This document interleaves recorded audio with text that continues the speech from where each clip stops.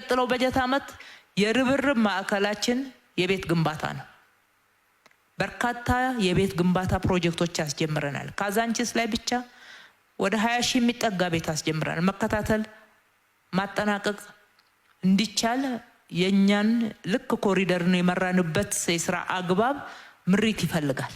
ሁለተኛው የውሃ አቅርቦት ላይ ትኩረት እናደርጋለን። ውሃ ላይም የተጀመሩ ትልልቅ ፕሮጀክቶች አሉ። በፍሳሽም በመጠጥ ውሃ ህዝብን ማወያየት፣ መረጃ መስጠት፣ በፕሮጀክቶቻችን ውስጥ ማሳተፍ፣ ማስጎብኘት፣ እኛ ዝርዝር መረጃዎችን ይዘን የሚጠየቁ ጥያቄዎች ካሉ ምላሽ መስጠት ቀጣይ ስራዎቻችን ይሆናሉ። 9ኛ የኮሙኒኬሽንና የሚዲያ ስራ ነው። እስካሁን ድረስ ያገኘነው ውጤት እጅግ በጣም አበረታች ነው።